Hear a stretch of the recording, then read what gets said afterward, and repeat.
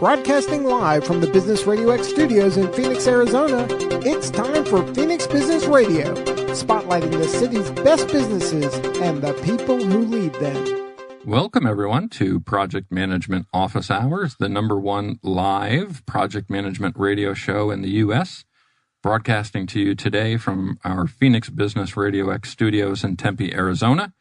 I'm your host, Joe Pusz, PMO Joe, and for the next hour, we'll be talking project management with our special guests. I want to say thank you to our sponsor, the PMO Squad. Are you tired of failed projects?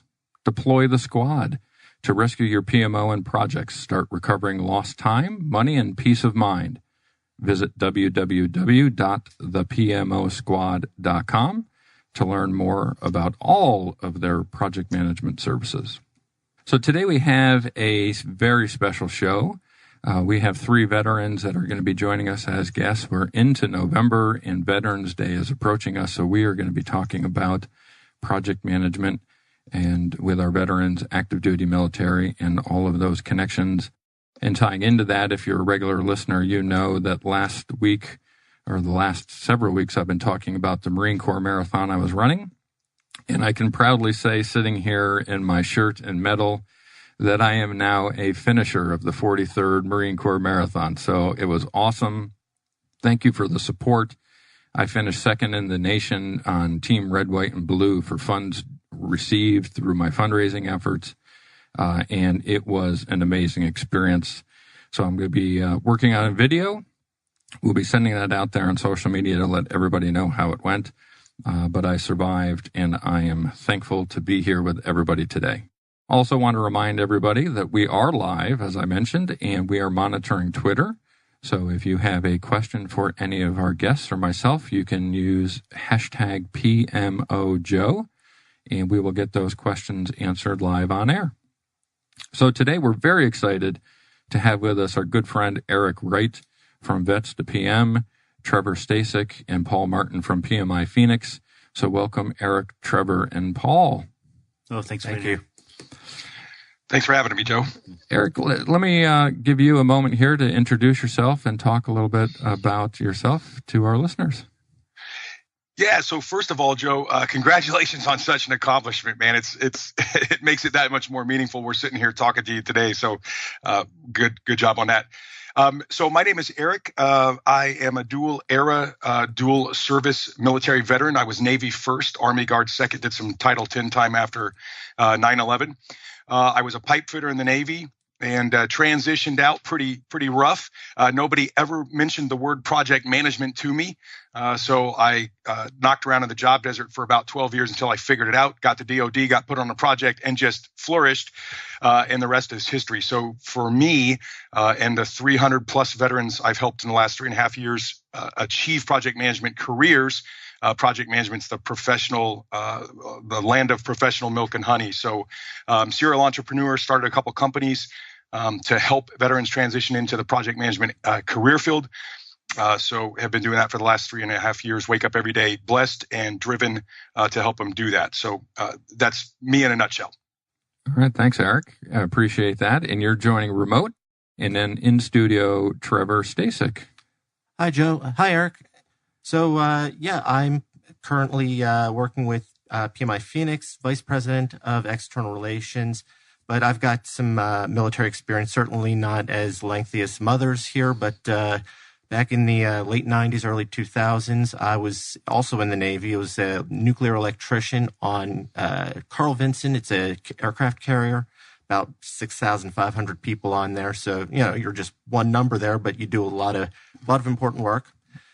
Since then, more recently been involved in project management, probably the last 2-3 years. And right now I'm with Make-A-Wish America doing nonprofit project management through there. Love working with PMI Phoenix and our military team. That's awesome. Thanks so much for joining us, Trevor. And Paul, introduce yourself and share a little bit about you with our audience. Well, thanks for having us. Great opportunity to highlight what we're able to do for military veterans. And I really love the fact that you guys, you and Eric, have also put together a veteran mentoring opportunity through PMO Squad. I think that's awesome. So myself, I young, dumb kid, joined from southeastern Kentucky, came out. I've been in Arizona pretty much my entire career now, almost 18 years now in the military, all serving for the Air Force. But I have kind of a unique career in the Air Force. I joined, came out here, was active duty, RAGAF, and then whenever I got out of RAGAF, like 90% of the most enlisted young, dumb military kids, I got out, and then it was the housing crash of 2007, trying to find my way. It was a rough road. It was a rough patch. I immediately jumped back in without a break in service when I joined the National Guard. So I was in Tucson Air National Guard for about 9 years, and then decided to get my wife and family back home, Phoenix. We came back up. I resigned my civilian position at the Guard because I was a dual status technician. Resigned my civilian job, continued my military job with them, came up as a assistant plant manager downtown in Glendale for a company that actually the firm's not even there anymore. Then wound up joining back with the reserves in Phoenix and helped set up the 944th, bring that back, kind of like a phoenix risen from the ashes there. They had shut down back in, I think, 2006, and then we're bringing back the aircraft maintenance unit there.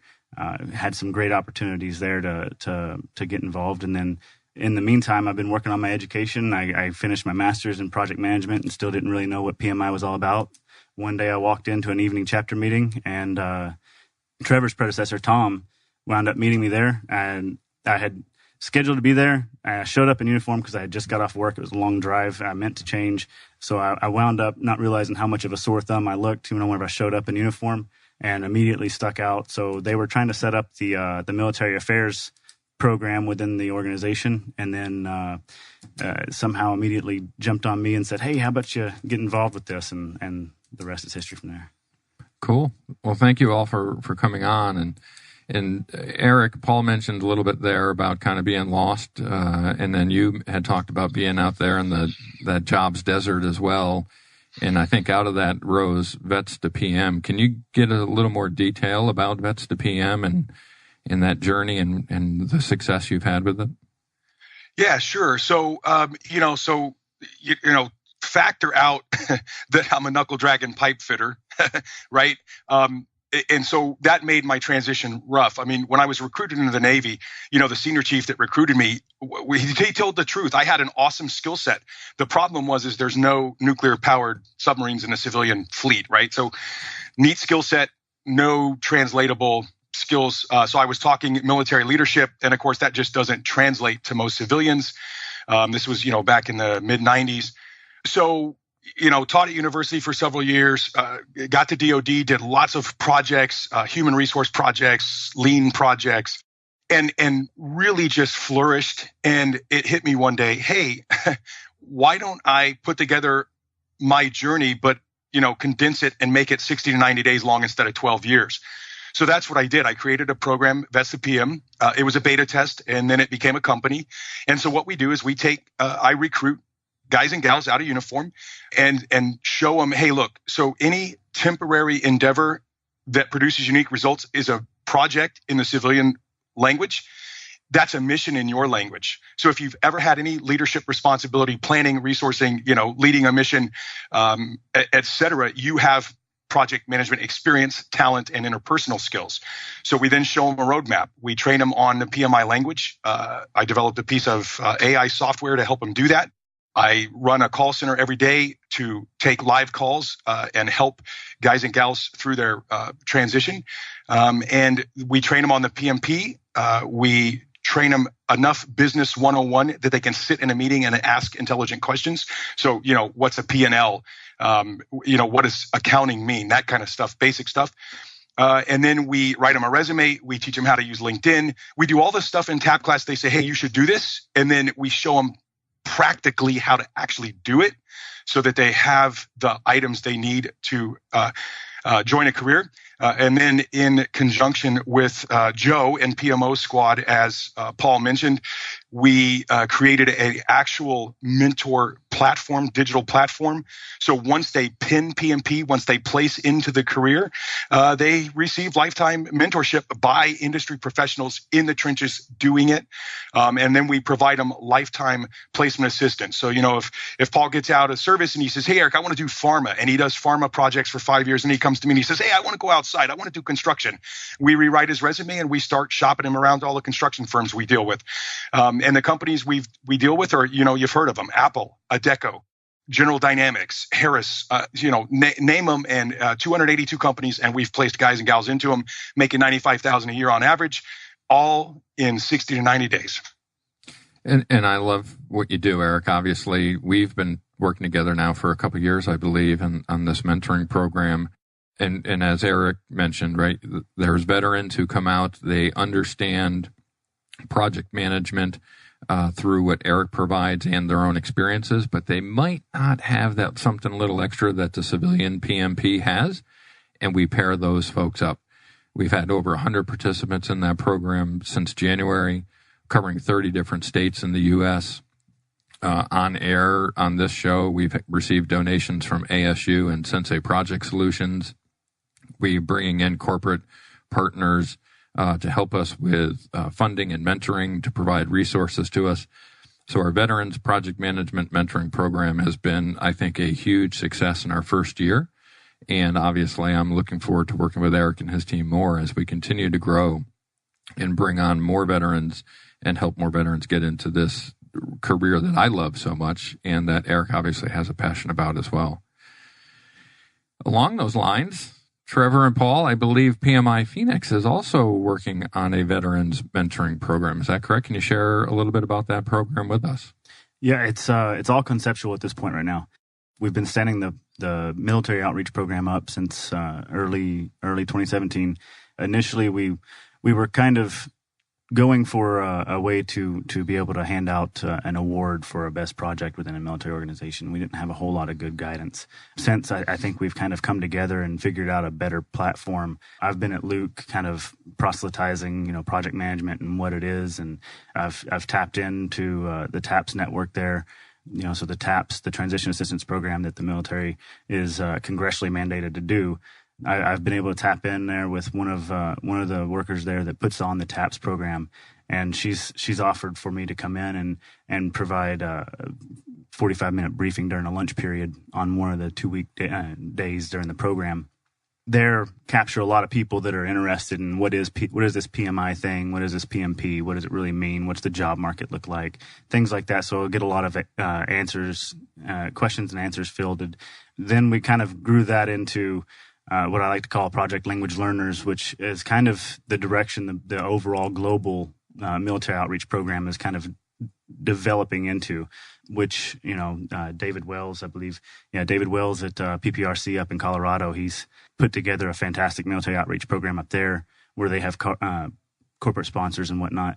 A lot of different chapters are doing this very localized approach for military outreach within the communities, offering for transitioning military to come out and giving assistance with the PMP application or the CAPM application, translating military skills like Eric keeps talking about, which is such a challenge to be able to help somebody wrap their mind around that they've already done these things and that they're not coming at it from a deficit, that they're already completely aware of a lot of the different common sense approaches. They just call it different things.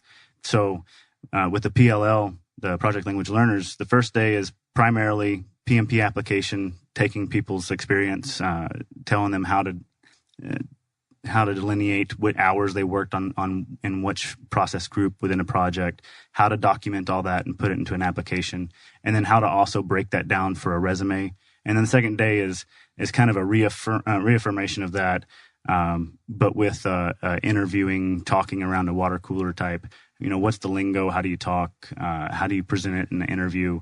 And we bring out, for the first day, a great resume writer professional, and then second day is a coach professional, professional coach. He's fantastic as well. And then from that, we've been looking for a way to try and cap that and continue these people that are on that journey from first getting that first briefing about what PMP is, then into how do I apply it into an application, into my resume, and interviewing, and then moving on beyond that.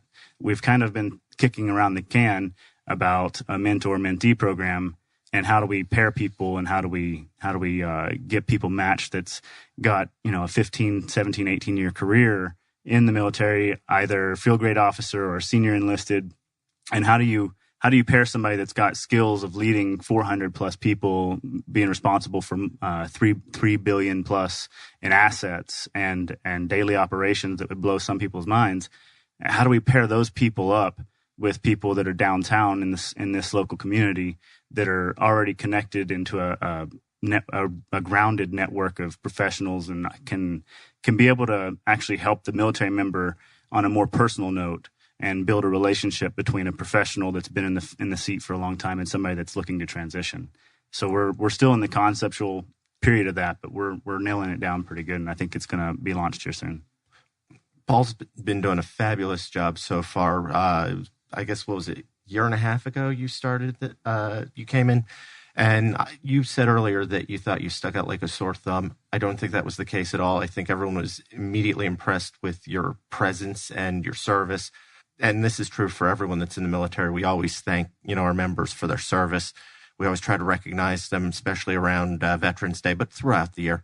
I do think that the mentor program that Paul's been championing is a matching career progression with career progression, and industry interest with industry interest, so that you don't get a lot of mismatch. Sometimes with other mentor programs that are out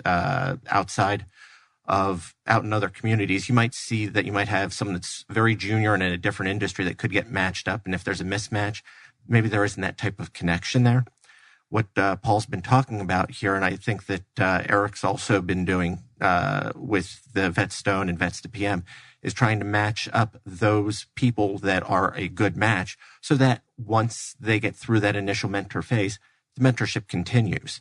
I don't know if Paul maybe wants to talk a moment just about the idea of, you'd mentioned there was a time frame, like you start off with just a 5-month period for a pilot, but the concept is that, so we've all been to networking events. We've been to networking events time and time again, and we might meet a lot of really cool people, but how do you even begin to leverage that person or let them leverage you, right? So you meet a lot of people, but how do they even have an impact on your life? That's the big takeaway from networking events. How do you actually apply this and leverage it for future use? Well, the military member, a lot of them don't have time. They don't see the benefits of that's not exposure to them. They have their own world that they're living in, and they have their own things that they have to be living in and dying in the moment. So they don't have the time to necessarily learn how to go out and kind of build their own network. So the idea is industry to industry, experience to experience. If somebody's junior, I would want to give them somebody that, if they're looking at the CAPM, somebody that's already a CAPM and has been seated and is looking to go to the PMP. If there's somebody that's looking to just enter PMP with just barely enough experience to meet the cap, maybe somebody that's been in the seat for 4 or 5 years as a PMP that's kind of got a network starting to build, pairing those types of people up. And then industry to industry, if you're in IT and you want to be a mentor, we're going to try and find mentees that want to get into that, whichever IT space, cybersecurity or you name it. We're trying to pair people to match basically skill set and tenure, essentially. And then on top of that, it's going to be a 5-month-ish program where I want it to be very informal. I don't want it to be, this bureaucratic type process where you apply and then the board convenes and everybody blesses. And then, I don't want it to be anything that's anything outside of perfectly private and a one-on-one match. Outside of a quick bio and matching a quick bio, and then pairing those people together, giving them the contact, and then a quick follow-up once a month for 5 months, ensuring that the mentee, yes, the mentor contacted me. Yes, we had a conversation. Yes, it was productive. Contact the mentor. Yeah, we had a good conversation. I pointed him in the right direction. I feel like we kind of hit it off. And if at any point anybody feels like this isn't the connection for me, which I think we've all had those connections in the past, just raise the flag, and we'll see about pairing up with another person. But the objective is to make sure that they're making those connections and that those connections are lasting. So for every month for 5 months, quick phone call from the mentee council, connecting with the mentor and ensuring that they're on the right path and they feel like they're doing the right thing, connecting with the mentee, making sure that they're getting value added out of this program, and doing that for 5 months. After 5 months, I don't care how often they meet. I don't care how long their meetings is. They could have a 5-minute conversation at the end of every workday. They could have a 2-hour lunch sometime in the middle of the month, or they could, hang out every Saturday, family to family, and make it like a great big thing where they just become lifelong buds. As far as how deep their mentor-mentee relationship goes, that's on them. I want to make sure that we're making lasting connections and giving them the option to be able to leverage future relationships where they might be able to skip the process of like 15 different networking events before they finally meet that one person that can be a solid mentor for the rest of their lives. Like a matchmaking, almost like Match.com kind of, but professional. The key, and I certainly don't want to speak for Eric, but since we've been at this now for a month or a year rather plus on working on this, certainly we'd be willing to help go through that criteria as you're building up your program, and we can speak to several successes we had. We actually just had an article here locally in Phoenix in the Gilbert Sun News about one of our veterans and the mentor relationship they had, and how came out of the service, was looking for a career, but his resume was written for the military, not for the civilian life. And our mentor worked with him not just on resume writing, but interviewing. Right? Knowing how to respond to questions, knowing which questions to ask, making sure that you were dressed appropriately, stuff that he wasn't familiar with from his time in service. So again, I'm not trying to corner the market and with Eric on veterans mentoring. I think there's enough veterans out there that the more programs we can put in place to help them get jobs in the project management world, the better job we're all doing together, right? So any way that I can help or we can help, I think we'd step up to help you guys out with that. Thank you. I know that talking about translating experience, I know when I had gotten out of the service back in 2002, I really wish, similar to what Eric was saying, you kind of wish that there was someone there to walk you through this, and having a mentor program would have been fabulous, So I think that it's definitely the way to go. Yeah, the military's done a fantastic job realizing there's a problem, but they've done a horrible job actually fixing that problem. So the TAPS program's out there. It's a 2-week thing, but just as it didn't take you 2 weeks to figure out how to become and assimilate to military lifestyle and become a military member, it's not going to take 2 weeks to learn how to forget a lot of those things and translate what your skills are and actually become a productive member of society. So it's a long road. There's a lot of good programs out there. There's a ton actually, and I don't think that any one entity is going to corner the market out of any of it. The military is so huge, and there's such a large turnover. There's so many people out there to help. I think all organizations coming together, making sure that they're all doing their part equally is an awesome thing. And I really appreciate. I found your guys' program last night whenever I was doing a little homework for the show, and realized that you guys actually have almost exactly what we're looking to set up. I think there's a little bit difference, but it's a pretty awesome little program, and you can go online and punch in, that you want to be a mentor or a mentee, and I think that's it's pretty awesome. Yeah, thank you. And regarding that, real quick, just 2 thoughts I had listening to the discussion is, speaking about mentorship, I think it's more of a timing thing. So Paul's talking about guys transitioning out. So if you're looking for help transitioning out, your mentorship needs are different than, let's say a Trevor or an Eric. We've been out for 5 years. We're accommodated to our new situation, the civilian workforce, the CivDiv. We have a credential, we're on a career path. There's so many veterans, and it's such a big career field, and there's so many types of projects. And veterans are at different stages in their transition. So I think it was Paul might have said, it's a huge table and there's lots of empty chairs. There's more than enough room for all these organizations to help. And then the second thing is the translation piece. I'm sitting on an airplane and I end up next to a senior HR director. And he says, hey, what do you do? And I say, hey, I have a company. We help military veterans become project managers, blah, blah, blah. So I go through my entire spiel. And he kind of chuckles. And I said, yeah, I really enjoy doing it too. He said, no. Don't you think it's kind of ridiculous to suggest that you make project managers in 60, 90 days? And I laughed and I said, you bet it's ridiculous. But these are already project managers. They have 10, 15, 20, 25 years of project and program management experience. I just teach them the new context of what you know. So you work for IBM, you work for Target, you work for SAIC. They're used to doing projects in large organizations with lots of regulations, policies, and procedures, and lots of decision makers and competing interests. That's no different than the organizations that you work in. So, it's what I tell our vets is, hey, you just develop a new situation. You get to a new command, you figure out where you're supposed to be, what you're supposed to be doing within the first 2 or 3 weeks. It's just a new context. You're just going to go work for IBM instead of Department of Army, different uniform. So that's really where I kind of hone in on the translation is, let's help you develop your new context. We show them how to use LinkedIn, show them how to use, Google to help them do that stuff. So it's just really cool to know that there's so many of us in this fight reaching back to help the guys and gals behind us coming out so they don't spend, 12 days, 12 months, 12 years trying to figure it out on their own. Well, I'm the non-veteran on the table here. And the reality is I started out not even knowing I was a project manager, right? I didn't graduate with a degree in project management. You take on projects in your younger days that have lower priority, lower importance. You work your way up and eventually you get the experience and skills. The great piece that you've all talked about here is that training that I got out in the civilian world working on low priority, low important projects. You all got working on very important, very high priority projects that had an impact well beyond my early days. So to all of your points, right? The veterans coming out are very seasoned. They just need some help adjusting to the civilian lingo. It's very true.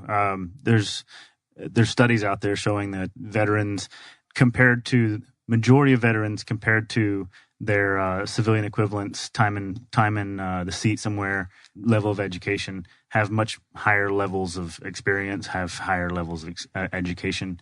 Just starting at the ground floor, 93% of the population in the military has a high school diploma, period. Whereas I think that's around 40 some odd % of the general population in America.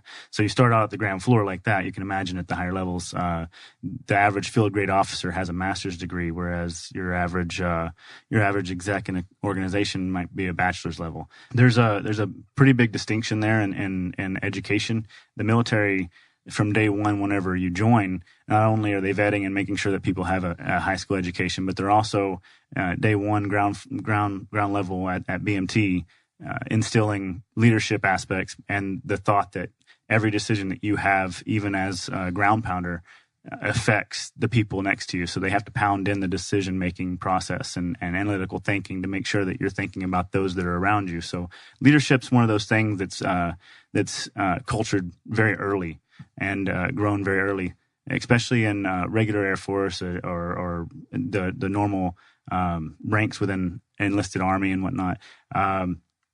They put together this mentality of volunteerism, leadership, camaraderie, service before self. I mean, the core of the Air Force is integrity, service before self, and excellence in all we do. That's the three primary things that get beat into you day in, day out for at minimum 4 years. Whenever you come out of a 4-year career at a very low rank with that type of mentality, the whole service before self mentality is something that never really leaves you. And I think that's why veterans have become a target for a lot of employers, is because they know that they're going to get somebody that cares and is going to make sure that they're making decisions not based on their well-being, but the company's overall well-being, because the individual has bought into belonging to a larger organization. As project managers, I think that military members do make excellent project managers. Even if they didn't do project management while they were in the service, they can be grown into project managers too, just because there's a certain hierarchy to their thought process. There's a certain respect of how things get done, following procedures, following things through logically. that I think really plays through their careers. Yeah.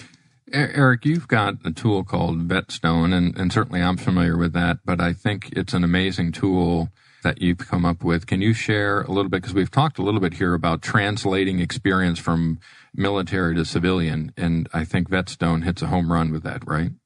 Necessity is the mother of invention, right? So, we're helping thousands of guys and gals a year transition. And so, I look at all their military experience, and Google's tried it. DoD SkillBridge has tried it. There's lots of skills translators out there, but in my humble opinion, they're a bit antiquated.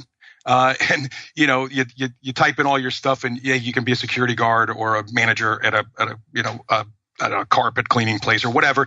And we need all those things, and we need great people doing those things for sure. But when you take somebody 10, 12, 15, 25 years of leadership and you say, hey, here's your entry level gig, it just kind of stupefies me that we call that, hey, look at that veteran transition.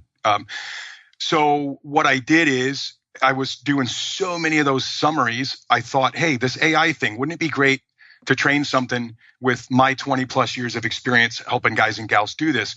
So I created it. I developed a piece of deep learning software that I train. It's free for veterans. I've developed it on my own dime so that it could be used. And the vision is someday that DoD says, wow, wouldn't this be great if everybody had this? Because the reality is when somebody transitions out, whether you in the civilian workforce, whether you're a project manager or not, you're probably going to work on a project if you're not asked to lead one. So you might as well put that project management experience you have in your military experience on your resume. Might make the difference in the interview. But so anyway, it's a piece of software. It's what we call a gated recurrent algorithm, and it basically takes all of the veterans' military leadership experience, maps it to the thousands and thousands of other military leadership experiences it sees, looking for keywords, finds those keywords, branch, service, MOS, military occupation, et cetera, and then maps all that stuff to PMI's codified language in the PMBOK guide and the processes that PMI says project managers execute every day, which is in the PMP handbook. So basically what the vet gets at the end of it is most people can put in their experience within 60 to 90 minutes, and it automatically produces a digital and or PDF report of what that military veteran looks like as a commercial project manager. And the gold there is now when I walk in and meet Joe for the first time or meet Travis for the first time or whatever, I sound like and look like and behave like a project manager, which is extremely familiar to most people in the Civ Div. They may not know what a hull technician is, but they sure know what a project manager is. And so that's really the key benefit. And like I said, most guys and gals knock out their PMP application in 60 minutes, 90 minutes flat. Eric, this is Trevor. Got a quick question here for you. I was just curious. The VetStone program, can that also do the reverse? I know with PMI, we have a lot of both project managers and then people that are involved in trying to locate project managers. Does the system also, if you have a human resources or project manager that's looking for someone for their team, have the ability to say, okay, these are the skill sets I'm looking for and be able to tell them what their veteran looks like?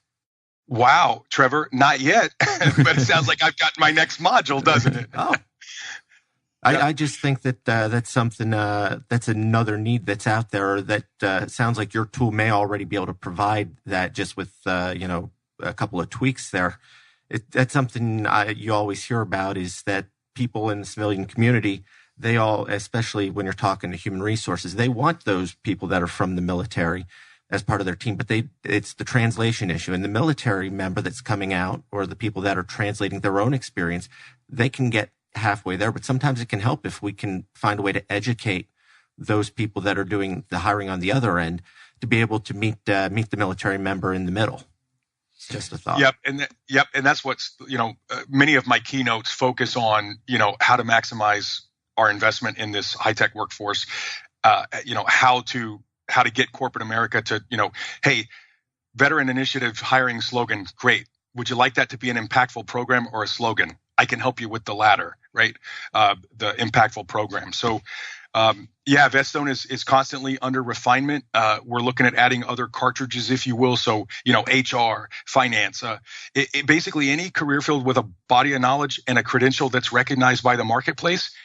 We can translate the veteran's experience into that. So, let's say your first sergeant, with the last 10 years of their career, running a several hundred person big outfit or whatever. I mean, so we're going to develop multiple cartridges so that the veteran can basically at some point in the future say, hey, I heard about this career field. What would I look like as one of those? You type in your experience. Boom. There's what you look like in your report.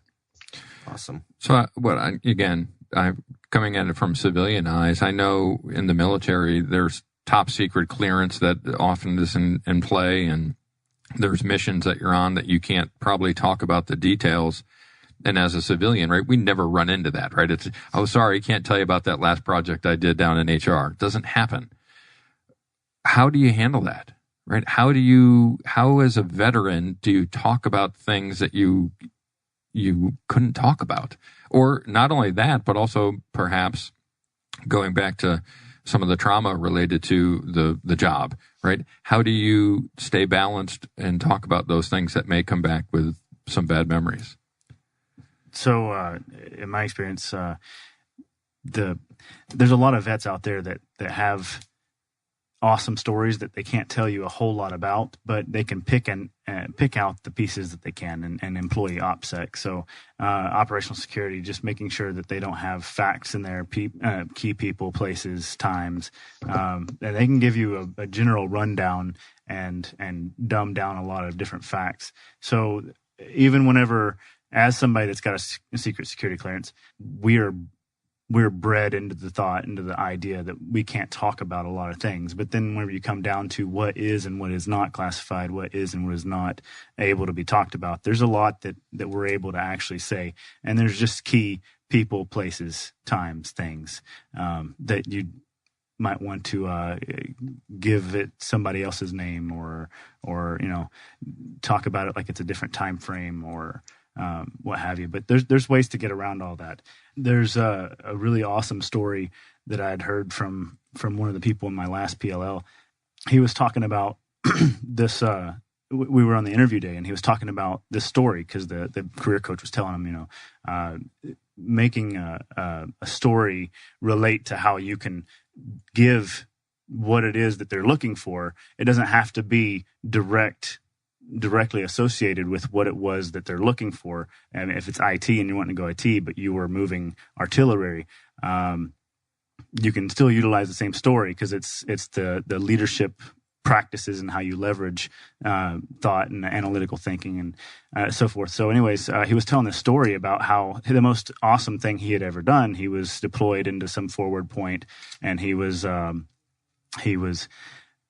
coming up on one place that they were having a really bad couple of days, and they had been beaten down pretty bad, and they were asking for support and couldn't get it, and they needed what basically was this I think they're called CRAMs. Basically, it's an automated system that's these big artillery batteries that knock stuff out of the sky. So anyways, they had just came from another place where they had too many of those, and they didn't actually work for the region where they were because it was in a valley and they needed more of an open, wide space.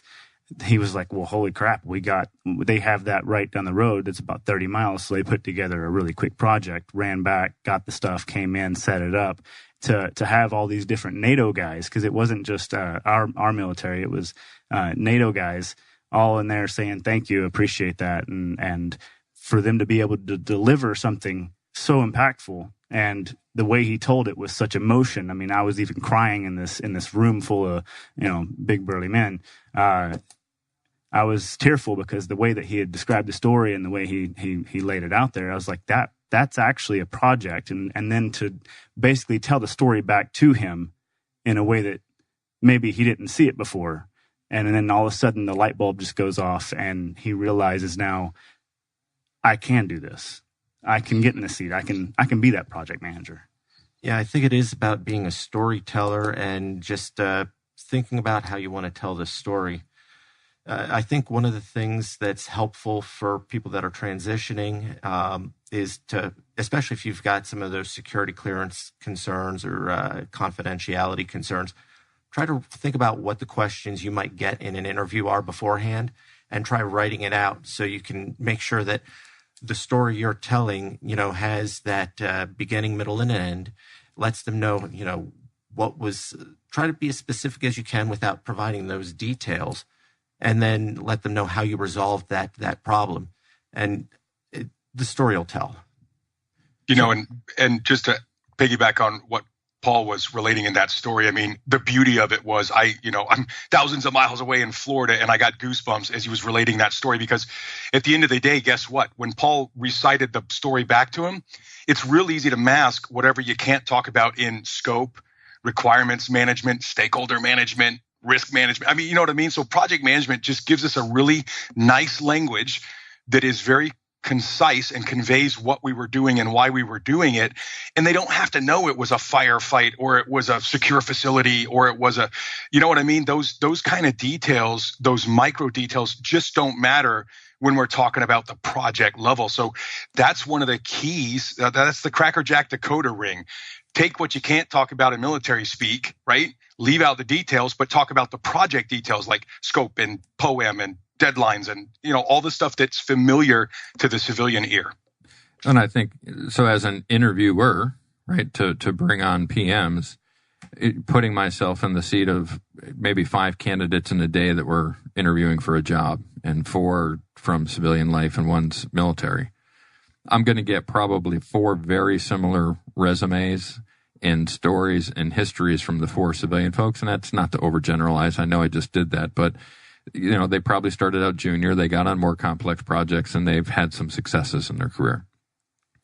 But then you're going to get that veteran that's going to come in, and if they can tell any sort of story similar to one you just told, why wouldn't I want to go with that guy or girl, right? The level of experience and the impact that they are making in those projects exceeds what we're doing in the civilian world. And that's not to diminish what we do. We all work on important projects. But I haven't worked on any yet that had life and limb on the line. So that's a big part of it, actually. So a lot of the guys and girls that I'm coming in contact with, so getting back to the beginning of how a military member comes into the service, they come in as a volunteer, and they come in as essentially 1% of the population. I think it's a little bit more. It's like 1.5%, but 1% of the population comes into the military service. It's a volunteer service. They know that it's going to be a miserable few years, but they're going to make the best of it, and it's going to be different for them than every story they've ever heard from everybody else, right? Most military members come in with that volunteerism at heart. Then, especially for the Air Force, I'm pretty sure every branch is the same way. Volunteerism is something that is sold from day one. If you want to have a good evaluation report at the end of the year, you have better have been involved in a couple of really awesome volunteer projects. Volunteerism is something that's really thrown in there. The level of self-sacrifice, the level of putting yourself out there and not thinking about yourself, because whenever a military member is talking about it's not really they're not talking about themselves. And it's hard for a military member to talk about themselves. So even in an interview, it's a very difficult process to leave out, well, I was a part of a team that did this, whenever the interview coach is telling them, you need to be able to think about what you did and say it how you led it and how you did this, you did that, and take credit for the team. But the thing that I'm noticing more and more with all these vets that are coming across, it's extremely hard to say, I did this whenever it was a team effort, whenever it was a we. So that's one of the portions that makes it very hard. So it doesn't sound like they were as much of a part of it, because they can't leave the other guys behind, because that's something that's ingrained in us from day one. And Eric and Trevor can attest to that. That's something it's a hard thing to leave out. And if you've been in for 6 years or been in for 20 some odd years, it becomes more and more hard ingrained, and it's one of those things that you just can't leave out the other people. So whenever you're telling those stories, the big key takeaway thing for the people that I'm talking to and telling, you need to be able to relate these stories and talk about, well, whenever I was doing this and I did that, and then we saw this, and you need to be able to throw the we in there and keep the other people in part of the team, but you really need to be able to talk about what it is that, from your eyes, from your perspective, that way it kind of relates more. And then you can take and say the we at the end, leaving the big impact. You can have the we in the beginning, but you need to talk about the I in the middle. So, Eric, again, we've covered a lot of ground on here today, and I'm wondering, where do we go next with Vets2PM, VetStone? I mean, what do you have next? Serial entrepreneur. You've talked about that. Where are you going next? Well, the vision, with Vets2PM is we help hundreds of thousands instead of thousands. The vision with VetStone is, the link to VetStone, www.militaryvetstone.com. Can I say that on radio, Joe? So absolutely. That link is in every TAP book that everybody gets to see. So that's where I'm ultimately going. I'm going to develop multiple modules. So again, first sergeant, first shirt wants to, be an HR guy or gal instead of a PM. I can't fathom that not everybody would want to be a project manager, but if they want to be something else, they can. They plug their experience in, it maps it to the body of knowledge. They take the test and earn the credential. It demonstrates proficiency, a basic command of that block to the hiring manager. And then, when it all coalesces, ultimately one of the things, and, Trevor mentioned it, Paul just related, it's about storytelling, because frankly, transition is not the purview only veterans, right? Everybody transitions jobs, 5, 7, 8 times in their career based on what research you read. So it's about what is your story? What is your value? How do you convey that? So I would encourage all the listeners to check out Simon Sinek's, Start With Why video, watch the 5-minute abridged version. Check out Carmine Gallo's, message map video. These are all on YouTube. They're all less than 5 minutes. That'll help you organize your story so that, like you said, Joe, when the hiring manager is talking to you, you talk to them in value-adding stories. And checking the blocks, the credential blocks and the experience blocks and all that stuff is just kind of the things you do on the road to a successful transition. So, ultimately it's continue helping people through Vets2PM, continue helping people using VetStone, just to tell their stories in a language that civilians understand. Because frankly, in uniform, we have experience resourcing missions and projects. We have experience leading people. We have experience managing budgets. We just don't think about it like that. And that's what the civilian needs to hear. So, ultimately when I grow up, it's going to be, my ultimate purpose on this planet is to help as many veterans as I can learn to tell their story in the language of civilian general management. If they do that, they win. They're making 95, 110,000 a year, like we've proven with 348 guys and gals now, I think. Well, that's awesome. I mean, obviously the impact that you guys are making with Vets2PM, we're proud to partner with you on what we've done so far. And I know we're just getting started, so I can't wait to see that journey continue for many more years to come. For Trevor and Paul, same thing. I mean, what can we do to help, right? You're just starting on this road here with PMI Phoenix. For listeners, for Eric and I, for others, what's the way we can help you guys out? Well, I think Paul can certainly speak to some of this, but we are always looking for more veterans and people that have already completed the transition that are in their project management career to be mentors. We currently have some people that are transitioning already lined up locally in the Phoenix area that are looking for people that are, in different areas, different levels of their career path to be able to provide that level of mentorship.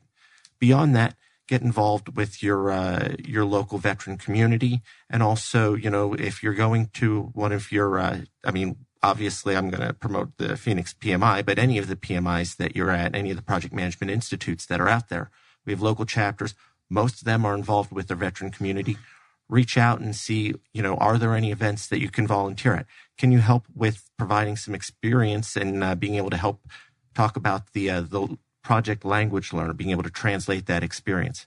I'm going to toss it over to Paul here if he wants to jump in. Correct. Yeah.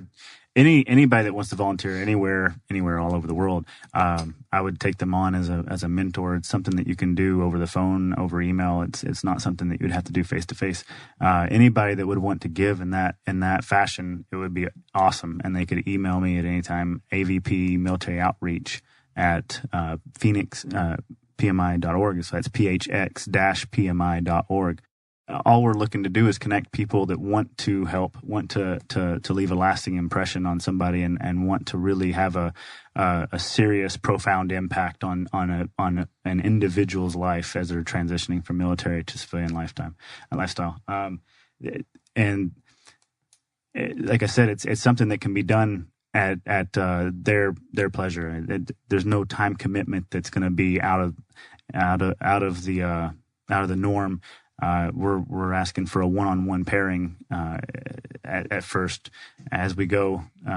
But once somebody's made that connection and made a deep impact on somebody's life and wants to do it again, I'm not going to say, sorry, you're still in connection with that last mentee that you had. Sorry, I can't have you have 2 or 3 or 5. If somebody wants to, I think most of us like to say that we've had an impact on somebody's life, and almost all of us like to give somebody advice, because a lot of times we don't listen to our own, but we love to give other people advice, right? So if you're one of those people that want to give advice to somebody that's coming out of the military, I'm always open to helping you connect with somebody that I find on a day-to-day basis. We've already got several people lined up looking to get mentored. I need people that are going to mentor. And on top of that, we're looking for people that want to be in the local area, that would have around a 3 to 5 hour time commitment for the first few months. And then after that, probably a 1 to 2 time commitment every month, that would like to be on the mentor council. We're looking at calling it something around the lines of vectoring. I mean, this is all still conceptual. So it's something that if you get in on the ground floor on, and you get to be in the development stage, so you get to kind of mold it how you want. I think my vision for it is to be very informal. We're making connections. We're not dictating and trying to get data. We're looking to just help people. So if that's something that interests you, again, AVP Military Outreach at phx-pmi.org. Awesome. And I'll jump in here outside of the project management space. The spirit of volunteerism, right? So when I ran this marathon, I ran it with an organization called Team Red, White, and Blue. And they're a charity that's from veterans, for veterans, that's dedicated to getting veterans integrated back into their communities through physical activity, whether it be running or hiking, rucking, walking, bowling, you name the events, they get them out there. And on the course last Sunday, there were about probably 500 red Eagle shirts running that marathon, supporting the Team Red, White, and Blue colors, flying them proud, Eagle Fire, go Eagles. It was impressive. I was humbled to be a part of it. I'm humbled to be a part of the conversation today with all of you. So thank you so much for coming on the show. It's hard to believe that we're up on our hour. We'll go around the table one last time, give you a chance to plug anything you want to plug. Eric, go for the URLs or anything else you want to shout out. How can people get in touch with you? Where can they learn more about what you've got going on? Anything you want to share with the audience? Yeah, thanks, Joe. So, and this offer is, for Trevor, Paul, any of their folks, any PMI folks, any listeners. I'm always at Eric at Vets2PM.com. That's email. It's the best way to get me. I'm in the air a lot. I'm in class a lot. I'm on the road a lot. But I'm also available for live coaching calls every day from 1 to 5. I'm the guy running the call center. Keeps me in touch with both our corporate partners and our veterans. So you can hit me and make a calendar there. VetStone is at www.militaryvetstone.com. And appreciate you having me on the show, Joe. Appreciate getting to spend some time with Trevor and Paul. And if anybody ever needs anything, just hit me on that email, 24-hour response or less. Awesome. Thank you, Eric. Appreciate it. And Trevor? Thank you, Joe. And yes, I do want to say, Joe, thank you very much for having us on. It's very much appreciated. Also, Eric, thank you for taking the time to speak with us. I think that Vets2PM and VetStone is amazing what you do. And I can attest to your willingness to have those conversations. I know we've spoken offline once or twice previously. Also like to thank Paul for joining today. He's really taken charge of the military efforts locally here. And I think that he's done a great job with our military outreach for the chapter. It's Phoenix PMI, so www.phx-pmi.com. And I do want to say we do have an upcoming meeting. You can always check us out and, just see what evening meetings we have coming and connect with us if you are interested in mentoring our military. Absolutely. Thanks, Trevor. I really appreciate that. Thanks, Joe, for having us out here. Phoenix PMI local chapter, we're involved kind of all over the valley. We've got evening chapter meetings and satellites out in Prescott and Yuma. We're broadening our horizon, going kind of outside of this giant valley. We got breakfast meetings all over. The one at Luke Air Force Base is actually called the West by Northwest breakfast meeting. It's out at Falcon Dunes Golf Resort, and it's just offsite of base, so you don't need a military ID to get there. So if you would like to go and start meeting military people that you might be able to have an impact with like that, and take it a step further, then that's a great place to be. Or if you're just on the west side, because the valley's growing and the business center here is growing, and there's people all over this valley.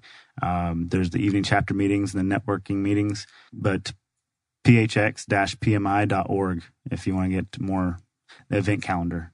That's awesome. And I know also Facebook and LinkedIn accounts for PMI Phoenix as well, very active. So again, and the PMO squad, very proud to sponsor the Chandler location for the evening dinner meetings.